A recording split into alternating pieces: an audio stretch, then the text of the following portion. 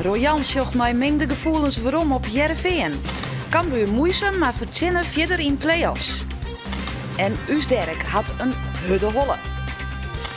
Dit is de sport van Mandy Salmaier.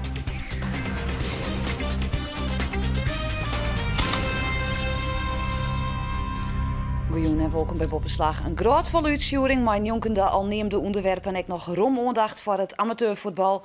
Met Harkema's Boys en Snits Wietswat. Maar we beginnen met Heerenveen. Ron Jans had juist afscheid met het bereiken van Europees voetbal. Heerenveen speelt in augustus in de tweede voorronde van de Europa League. In een parodie op voetbal verleer Heerenveen juist met 3-2 van Feyenoord. En dat wie voor beide ploegen een goed resultaat. Voor Ron Jans zit het avontuur in Friesland er nou op.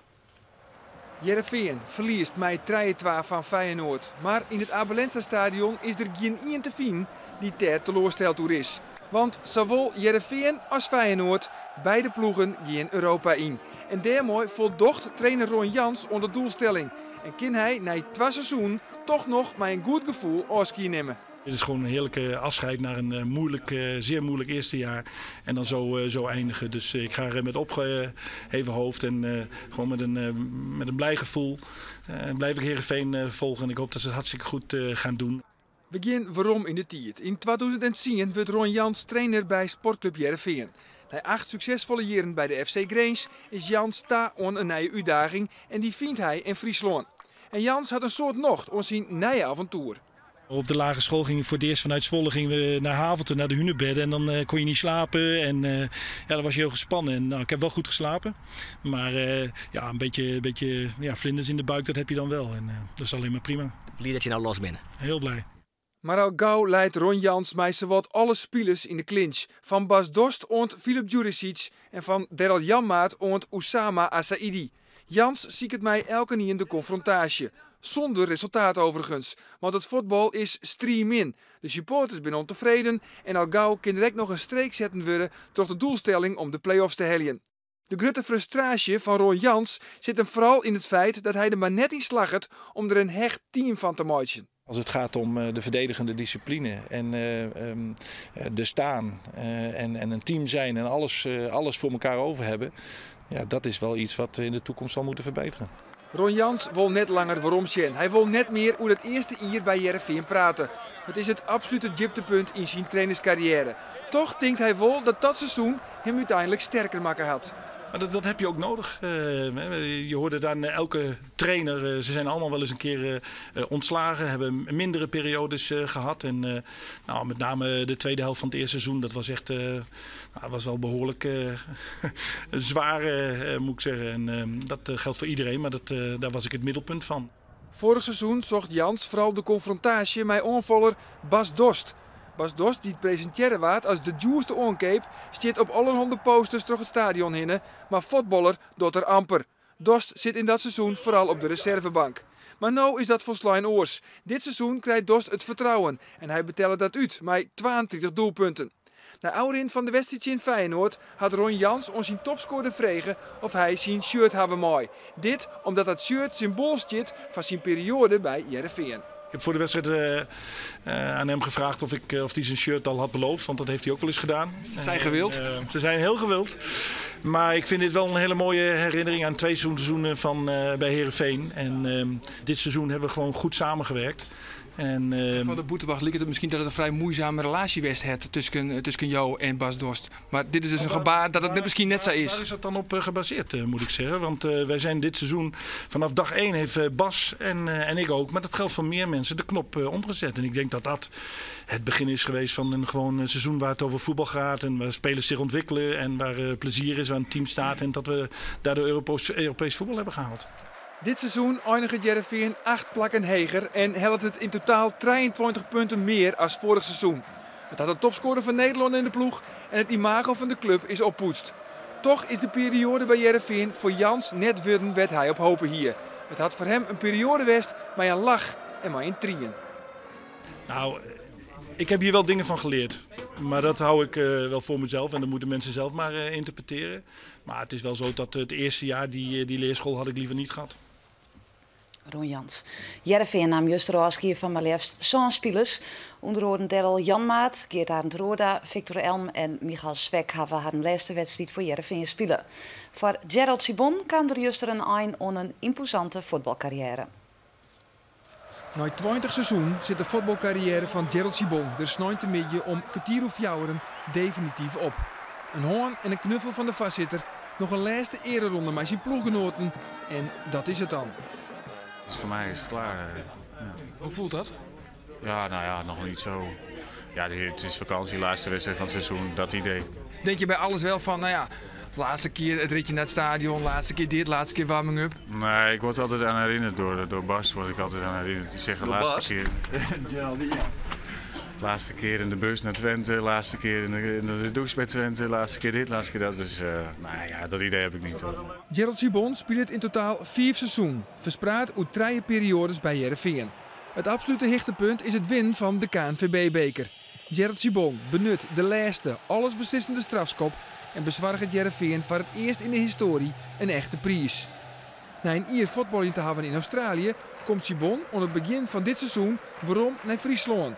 Maar de overal topscorer van Heerenveen shot mijn meende gevoelens waarom op zijn 3e periode. Ik ben hier toch ook om te spelen en ja, daar ben ik niet ontevreden over. Maar gewoon ook verder de manier hoe ik bij betrokken ben. En ja, dat had ik iets meer van verwacht, zeg maar. Hoe bedoel je dat dan, erbij betrokken? Meer door de trainer? Ja, onder andere. Ja. Ja, nou eigenlijk dat wel, ja. Ja, je kijkt toch een beetje met gemengde gevoelens terug op dit seizoen dus? Ja. Gerald Sibon hier nog hopen op een trainingsfunctie bij de club.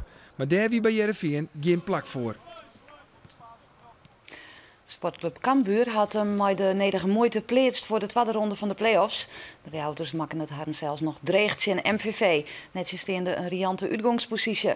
In Maastricht hier Cambuur met 2-0 woen en dus lieke de buurt al binnen. Maar om de ploeg van Alfons Hart zelfs een protocol miste en MVV vol scoorde, was het toch nog spannend. Bij Cambuur zit net iemand erop Farhan Oerien dat het nog misgiet. De opdracht is helder. Zo gauw mogelijk scoren en MVV demmen uit de genadeklap aan. De onval wordt dan exact maar De Leeuw en Bulters giet in de fout. Maar de opluchting ek van MVV-trainer René Trost giet de bal naast. Maar de intenties van Cambuur zijn duidelijk en Erik Bakker liet dat zien. Prachtig schot, onderkant Lotte. Pech voor hem en voor Cambuur. De Ljouters binnen baas en bepalen wat er bart. El Macrini, maar de paas op Barto. In één keer terug op Erik Bakker, vrij voor de keeper. Dit moet 1-0 wezen, maar is het net. Bakker liet naai om de score hier te breken. Ja, ik denk als je op 1-0 komt, dan is het zo goed als klaar. En daar hebben we de kansen zeker voor gehad de eerste helft. Ja, die bal onderkant laten, dat was heel jammer. Maar die andere moest er absoluut in. Ja, of in ieder geval tussen de palen. Ja, dat is wel makkelijk, hè? Anders kon je sowieso niet. Zo houdt Cambuur MVV in de wedstrijd. En even later docht de skietsjochter dat ek. Turk wordt jipshoot, Smeets helpt hem onderuit. En dan is de vraag, is Turk terugbrutsen? Ja, zuid Cambuur, nee, zuid Guzubujuk. De skietsjochter sparret Smeets en hiel MVV, want hij houdt Giel. Dan is er nog niet aan de hand, want Cambuur leunt op de 2-0 vastsprong die het meenam is uit Maastricht. En ze blijven lekker onvallen. De Leeuw altijd actief op de flanken. Helpt er een hoekskop uit via Castellana. En alle hoekskoppen worden naam terug Ozan Turk. Saek Disse, kopbal van Boksel, maar hij gaat krek verloos. MVV liet verder Hielendal neer zien en Cambuur creëert kans op kans. Erik Bakker op Ozan Turk. De rondte luidt erbij Martijn Barto, die gaat het strafschopgebied in, maar scoren, maar Bulters zit er tussen. En dan ieder een cliché in de voetbalverhaal, als je hem zelfs net maatje, dan valt er aan de orenkant. Het is de eerste keer dat MVV gevaarlijk voor de Cambuur goal komt. Van Hiefte maar een paas op La Rosa. Bizot komt 4 zijn goal uit en dan is het 0-1. Volslaand in de verhouding in, maar dat docht er net daar. De spanning is waarom. En dat roept Cambuur over hem zelfs al. Ja, we hebben het ons zelf een beetje moeilijk gemaakt, want je krijgt gewoon echt genoeg kansen. De trainer noemde net dat we geloof ik 14 doelpogingen hadden. Ja, en dan krijgen we een halve kans en een kans en die gaat erin. Dus ja, dan maak je het jezelf onnodig heel moeilijk. Je weet dat je die kans helemaal hebt gemist en dan ga je alleen maar meer denken van oh, als we nu een goal tegenkrijgen, dan hebben we het helemaal over onszelf afgeroepen. En ja, dat gebeurde dan eigenlijk al veel te snel in de tweede helft. Maar MVV er ook bloed, zet on en scoort. Maar er is handschoen terug Guzubujuk. En dus wordt de goal aangekaart. Hij is wis van zijn zaak en terjochte blijkt uit de herhelling. Winkens rekken de bal maar de haan en dus geen 0-2. Maar bij elke onval van MVV is het ernaar billen kniepen, want wordt het 0-2 dan komt er een verlenging. En die dreiging hing het door de wedstrijd. Lens Voorjans. Maar de actie in het strafschopgebied vindt Esaias. Esaias gier rond om uit te hellien, maar Cambuur komt er net lekker uit. Labie, de combinatie Labie. Nou, La Rosa, de man van het doelpunt, maar nou zit er Farlans. Zo komt Cambuur onder druk te staan, de blessuretijd intussen. De uittrap van Bulters, het verwerken terug van Boksel. En dan geen controle bij De Leeuw, die het teruggliedert op Castellana en een gele kaart krijgt. Dit is hij de eerste wedstrijd in VVV scorst. En dat is een domper voor de Leeuwters. In de slotfase oerlibje als de keeper Bulters maar naar Varenta komt bij MVV. De vrije trap van Van Hiefte, geen gevaar meer. En Cambuur verliest wel, maar is terug naar de volgende ronde in de play-offs.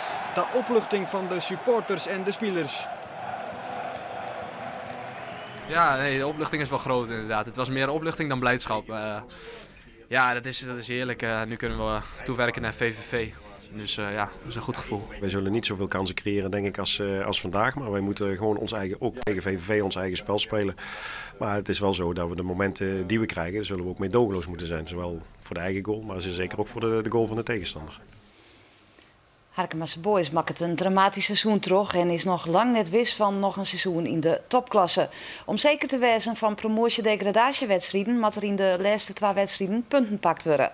Sneun wie de laatste thuiswedstrijd van de competitie in HHC uit Hardenberg. Er waren nog ontspannende gezichten bij de boys, maar het is wel 4 van Tolwenwest. De mat moet worden om zich te houden op rechtstreeks handhaven in de topklasse. Maar ook om kans te houden op promotie-degradatiewedstrijden. En thuiswedstrijden binnen voor de boys geen pre. 7 keer op Riegen, geen winst. En dan is dit de sandelminuut van de wedstrijd. De Flacet en daar staat Stroeve die paast op Penterman, Hielke Penterman. Hij zwaart voor de 0-1. En dat belooft net volle goeds. Wat een vrijheid daar voor de onvallers van HHC. En Harkemasse Boys moest het stellen zonder Oebele Skokker, Havi Bischoff en Leslie Vellinga. Alle 3 scorst. En er gaat dan ook net zo volle goed in het eerste part van de wedstrijd. Drutte Flaters in de passing. Krijgt zo'n klok voor HC wie een pleeg is voor Harkemasse defensie. En Roy Stroewer het correct net aan. En zo bedoelt het 0-1. Het publiek zocht echt dat het weer moeizaam gaat. Paas van Hooiveld op Rob van Bunderen. Dan een boetekans hier Jooks. Op de vrijsteer Marcel Pannenkoek. En dan is Rob van Bunderen goed mee opkomen. En jouwter Marcel Pannenkoek een net te missen kans. En zo wordt het uit het neertwooi in de 23e minuut in gelijk. Marcel Pannenkoek, hij joeg sneun omdat hij de club verlitten gaat op het einde van het seizoen. De boys kregen hier nou justjes meer grip op de wedstrijd. Maar best wie het al keer nog net. HC mooi de gevaarlijke Gerson Klok op onjaar van Stijn Paul. En dan het boedelkansje Rjochts wat krek Jonken gaat. Harkemasse Boys. Johnson Bakuna, hij is in het veld komen. Rob van Bunderen. En dan het scotter van de opkomende Roelof de Jong. En dat jet krijgt oer de goal. Goeie mogelijkheid voor de boys.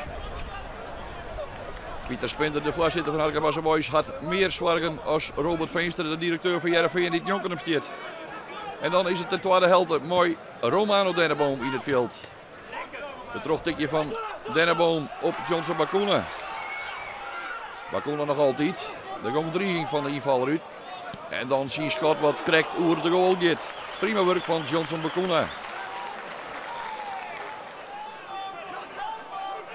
Op een ei Johnson Bakuna. En dan is het Bas Hooiveld niet mooi opkomt. Houdt de bal daar knap in. Op een ei Bakuna. Speelt hij meestal goed uit. En dan het de keeper Beukenveld er mooi te mooi. Maar hij weet hem wel te keren. Maar het weer even paniek bij HC. Roelof de Jong. Jeetje verscorend de fout in. Gerson Klok. Dan de misser van Arjen Bergsma. En dan staat er enkel van Eken helemaal vrij. En zo is die de 60e minuut. 1-2 voor HHC. Arjen Bergsma, hier die bal gewoon voortskoppen. Maar dat misleert het volslijn. Zodat er van alles miskomt bij de boys. En dan is het 1-2. De boys die beziek je dan nog wel on te truinen. Hier de kopbal van Koos Werkman, maar die gaat oer de lotte. En dan gaan de kopjes heen hier bij de boys. Johnson Bacuna. Hooiveld komt mooi op, maar hij kiest voor Dynamo. Maar die had een min oornamen dan nog het schot van Hooiveld. Maar de bal gaat achter. En dan begint de tijd te dringen en dat gaat ten koste van de nauwkeurigheid. Minder vrije trap van Bacuna. Maar hij mooi op nee. Paast op Rob van Bunderen. En die shit, maar dat gaat krek niet aan de goal. En dat is dan het einde van de wedstrijd. Het hoeft niet meer op een verlierspartij op eigen veld van de boys. En zo komt direct de degradatie nou wel heel dichtbij. Wij moeten volgende week beslist een punthelling winnen. En dan hebben wij de nijcompetitie. Nou, dan moeten wij 29 mei de winnaar van de haatklasse B. Nou, en lukt dat net, dan hebben wij als alternatief een beslissingswedstrijd in SWZW. Maar ja, Safir moet net komen. Nee, het wordt een poepentoer, hè? Ja, dat is zo. En je hoort ook wel, in ieder geval je hoort wie dat er geen kaarten vallen binnen. Dus wij kunnen volgende week wel eigenlijk op je sterkste kunnen we komen. Zeit Bert Hollander. Herkenmasse Boys spelen tak om weekend de laatste competitiewedstrijd in Genemuiden. En zoals Bert Hollander al zei, is een punt aan genoeg om rechtstreekse degradatie te ontrinnen. Als Herkenmasse Boys verliest, volgt het mogelijk een beslissingswedstrijd in SVZW. Ook de strijd om het kampioenschap blijft spannend om de laatste dag, want die gaat nog tussen Spakenburg en Rijnsburgse Boys. Snijs haatklasse Snits Wietswat maakt het een fantastisch seizoen terug en had heel verrassend de titel voor het griepen. Bij winst komende snijn is het kampioenschap een fight en promoveert de club naar de topklasse. Dat de Snitsers het in eigen hand hebben komt omdat ze juster zelfs wonnen van Hogeveen en concurrent Biekwik 1887 punten liet. Snits Wietswat bakt er in de eerste helft een neert van. Hogeveen knokt nog zijn degradatie en is volle scherper en komt op 1-0 terug Mark Drent. En even later valt ek de 2-0. De vastzet wappert bij de tweede peel en daar zit Kevin van Dalen. En dan zocht het er beroerd uit voor de Snitsers. Maar in de tweede helft valt alles toch nog op het goede plak. Een eigen doelpunt bij Hogeveen brengt Snits weer in de wedstrijd. Sander Meertens is de ongelukkige. En dan de Snitsers een vrije trap. Arvid Ozinga achter de bal en hij zit mooi binnen. Hij mist waarschijnlijk de kampioenswedstrijd, want hij gaat naar Engeland om piloot te worden. Maar is nu nog wichtig. 2-2. En het wordt nog mooier voor de ploeg van Johan Grote. De bal naar Khalid Yachou en het is 3-2. Zo kontelt de wedstrijd volslaan in het voordeel van de Snitsers. En krijgt voor tijd bepaalt Ozinga maar zijn tweede goal de aanstaan op 4-2. Hij krijgt hem van Yachou. Meent wat oer de bal hinnen, maar scoort wel. Snits is de nieuwe koprenner en kan het nieuwe weekend tussen aanmaatje. Ja, we staan daar gaan we er ook voor. En dat vind ik ook. En dan zien we volgend jaar wel hoe de selectie in elkaar zit. Dus voor een topklasse eventueel. Maar we gaan er gewoon voor. De jongens willen graag. Ik wil graag, de club. Dus het was sinds 1970 dat voor het laatste prijs gehaald wat ik van jou hoorde. En toen werden ze landskampioen. Dus ja, super. Met zo'n jonge groep. En dat doet me als trainer heel erg deugd. En ook Abma en Patrick hebben een groot aandeel gehad in dit toch mooie elftal. Het wordt haast niet een tonig verhaal, maar echt weer, het gaat heel goed met Dirk. Een paar weken geleden weer op snuffelstage op de drafbaan van Wolvergeer en daarna is er alleen nog maar huddendraven gaan. De kenners binnen lovend hoe de ziender. Dus heegste tijd voor weer een tussenrapportage. Nou, ik zag hem natuurlijk hier alle dagen en ik zag hoe hij zich ontwikkelt. En dan moet ik eerlijk zeggen dat het een leuk hinder wordt, zoals ik dat zeg. Maar wat is een leuk hinder? Nou ja, goed, hij liet een heleboel talent aan Simone. En ik kan rustig zeggen dat ik er wel heel veel verwachtingen van heb. Als je moet de stal doen willen en je hebt de eerste hinders eruit dienen, nou, dan moet je haast wel olifantenkrachten om te houden, want dan is hij zo sterk, dan neemt hij ze aan mij. Maar in zijn werk en wat hij eigenlijk voor geboren is, kent het net beter. Dus er wordt net liegt? In deze sport liegen we net.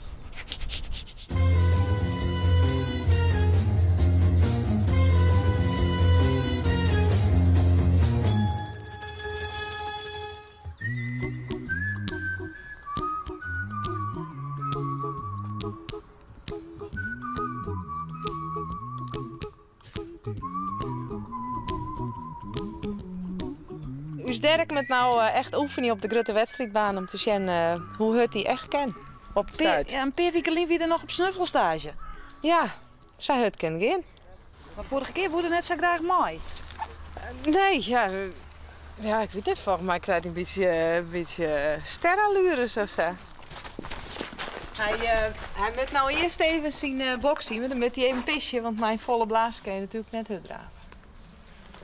En doet hij dat ook nog in de box dan? Nou ja, het is wel handig als ze dat een beetje... Nee, ze doet ik wel boeten. Maar ja, nou geven we op haar, dus dan moet hij even in zijn box pissen. Meestal fluitje we er dan even bij. Some things in life are bad. They can really make you mad. Other things just make you swear and curse. When you're chewing on life's gristle, don't grumble, give a whistle. Nou, als je net hoeft, dan hoeft hij net, dan doen we het gewoon, hè? Want daar hebben ze ik boksen. Heel mooi. Ja, nou ja, je kunt er net zitten eten en pissen te glippen. Oh ja, kerels kennen het wel. Oost maakt je even wat speelkleren en dan als dat kleren is, dan wat mij betreft hij altijd wel op en misschien heeft hij dan nog wissen.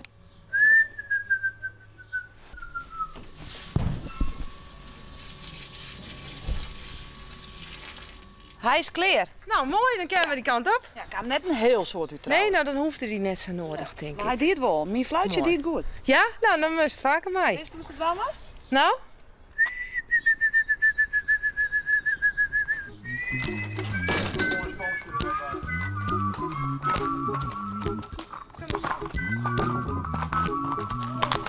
Hij is, meteen direct bollen. Zo sterk is hij dan. Here's a little song I wrote. You might want to sing it note for note. Don't worry. Be happy. In every life we have some trouble. Het is de angst, hè. Nou, afsletten. Be happy. Don't worry. Be happy. Nee, maar andersom. Ja?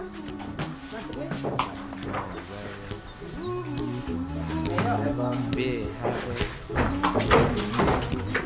Don't worry, be happy. Don't worry. Be happy. Don't worry, be Dan kan ik een hinder erin zetten dat het een erg is, of net? Ja, ja. Somebody came and took your bed. Don't worry. Be happy. En dan wordt er zo'n mooie vrouw van stal hellen. Wat zei? Dan wordt er zo'n mooie vrouw van stal hellen. Nou, ja. En dan nog net. Hier maar Dirk achterom. Dit hebben mijn regen opstapers altijd dingen en dat slaat altijd. Wat is dat nou? Always look on the bright. Nou, maar hoop je dat Dirk op ponies valt. Always look on the light side of life. If life seems jolly rotten, there's something you've forgotten. And that's to laugh and smile and dance and sing. When you're feeling in the dumps, don't be silly chumps. Just purse your lips and whistle. That's Mooi van Hinder, Simone. Je weet nooit wat je ook komt, hè? Dirk is een hinder, maar er zit geen hol op. Er zit een kop op. Er zit een kap op. Nou, dat maakt wel uit, hè? Ja, maar ja, dan hoe- kom je net op een koers. Hoe komen we over koers?